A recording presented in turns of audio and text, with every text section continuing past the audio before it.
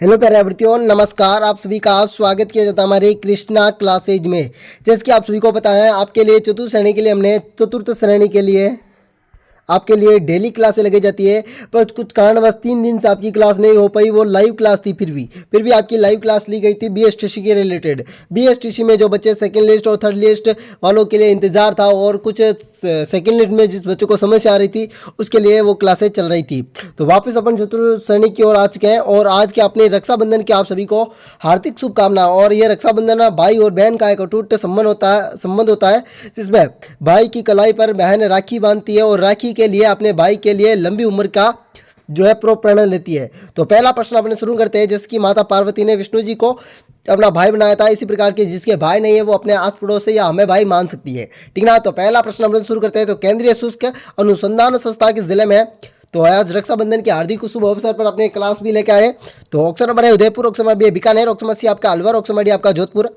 और जल्दी से जिस विद्यार्थियों की बहन नहीं है और जिस विद्यार्थियों के भाई नहीं है वो भी कमेंट कर सकते हैं, क्योंकि जिसके बहन नहीं है, जिसके भाई नहीं है, वो हमारी भी बहन आपकी बहन होगी, और आपके अगर भाई नहीं है तो हम भी आपके भाई हैं, बिल्कुल। ठीक है ना, ये भी आपको ध्यान रखना है। तो ऑप्शन नंबर कौन सा आपका राइट आंसर होगा? केंद्रीय शुष्क अनुसंधान संस्था किस जिले में है? तो केंद्रीय शुष्क अनुसंधान संस्था आपके जोधपुर में। भाई कौन सा? तो जोधपुर। जोधपुर। ठीक है ना, ऑप्शन नंबर डी आपका राइट आंसर था। तो अगला प्रश्न चलते हैं। अगला प्रश्न आपके सामने आपका दूसरा प्रश्न है। दूसरा प्रश्न है शुष्क वन अनुसंधान संस्था, शुष्क वन अनुसंधान संस्था किस जिले में? तो देखो, एक तो वर्षा की बात है तो देखो 0 से 20, 20 से 40, 40 से 60, 60 से 80, ये इतने ही पूछता है। तो आपने शुष्क, ये भी शुष्क, ये अति शुष्क और अर्ध शुष्क, यह भी याद रखना आपको। तो शुष्क वन अनुसंधान संस्था किस जिले में? तो यह भी आपका हो जाएगा जोधपुर। कौन सा? तो जोधपुर राइट आंसर था आपका।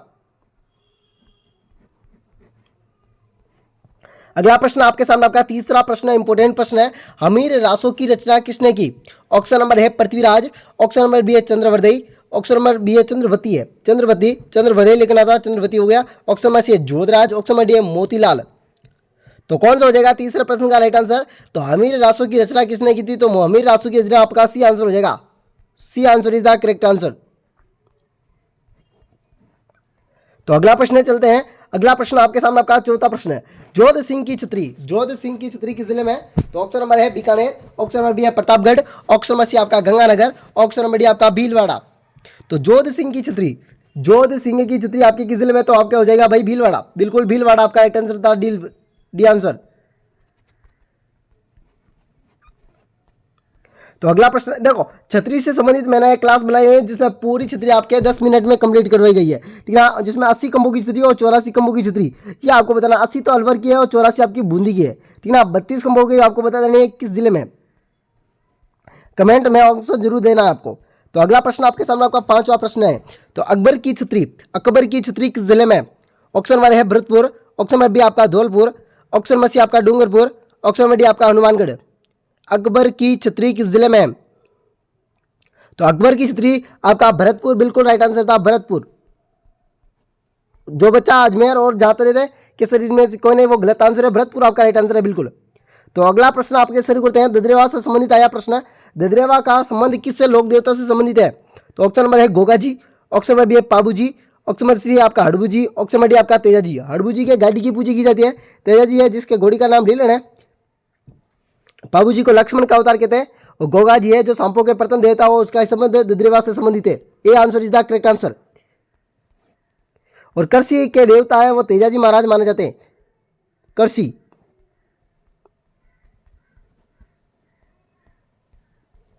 अगला प्रश्न आपके सामने आपका सातवां प्रश्न है। शेखावटी की स्वर्ण नगरी किसे कहते हैं? यह कहलाती है, ऑप्शन नंबर है Nawalgarh, option number B Achalgarh, option number C है तारागढ़, ऑप्शन नंबर डी है मेहरानगढ़। देखो यहाँ पर गढ़ गढ़ गढ़ गढ़ गढ़ गढ़ गढ़ गढ़ और गढ़ छोटा होता है, ठीक है ना, दुर्गढ़ होता है। तो देखो नवलगढ़ को कहते हैं भाई, कौन सा? तो नवलगढ़, नवलगढ़।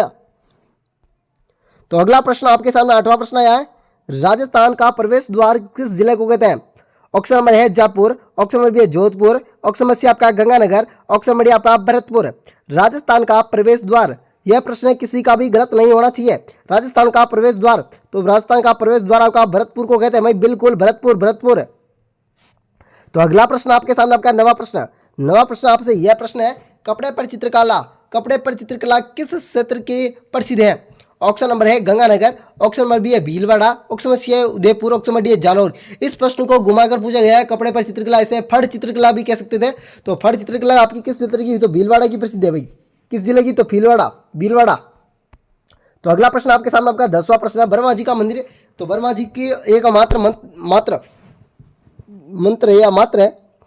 मंदिर कौन सा है जो झील के पास है? वर्मा जी का ऐसा कौन सा मंदिर है जो झील के पास है? तो किस जिले में हो जाएगा या कहां पर है? ऑप्शन नंबर है शाहपुर में है, ऑप्शन नंबर बी अजमेर में है, ऑप्शन नंबर सी आपका भीलवाड़ा, ऑप्शन नंबर डी आपका पुष्कर। देखो अगर जिला पूछता तो अजमेर कर देते हैं, पर अजमेर आपने नहीं पूछा, आपका यहाँ पर स्थान पूछा किस झील के पास, तो पुष्कर झील।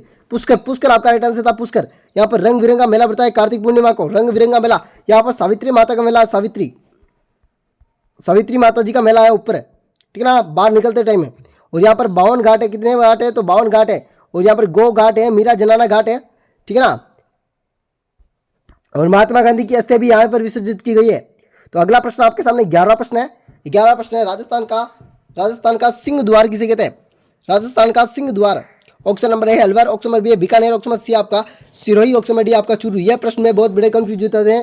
राजस्थान का प्रवेश द्वार, राजस्थान का सिंह द्वार, राजस्थान का मक्का, तो इसमें प्रश्न बहुत कंफ्यूज होते हैं। तो राजस्थान का सिंह द्वार आपका अलवर होता है, और राजस्थान का मक्का अजमेर को कहते हैं।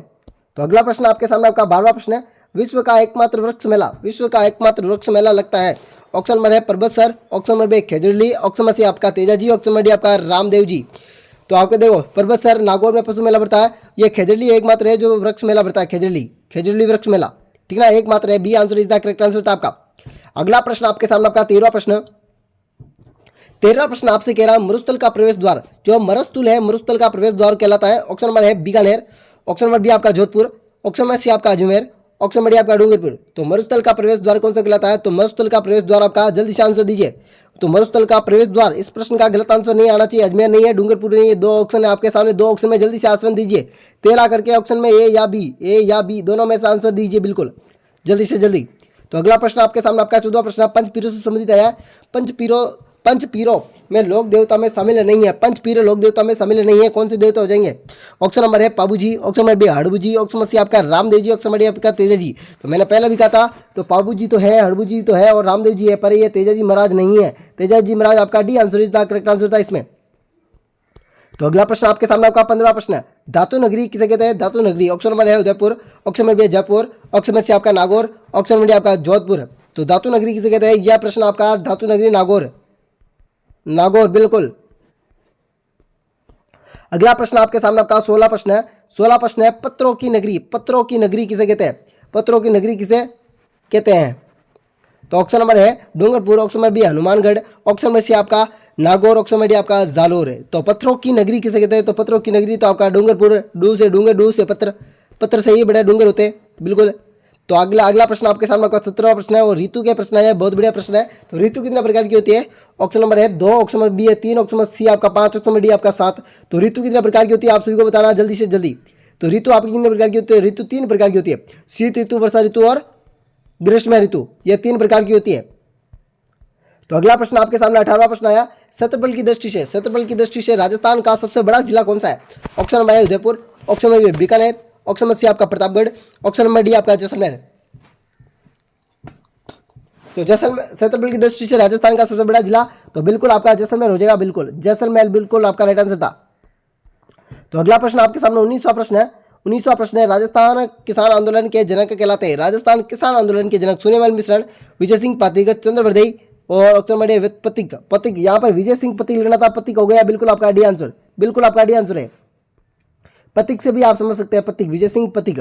तो यहाँ पर कभी कभी पतिक लिखा होता है, कभी कभी विजय सिंह लिखा होता है, तो आपको पतिक और विजय सिंह में देखना है। तो ऑप्शन नंबर आपका 20वां प्रश्न है, तांबा नगरी किसे कहते हैं?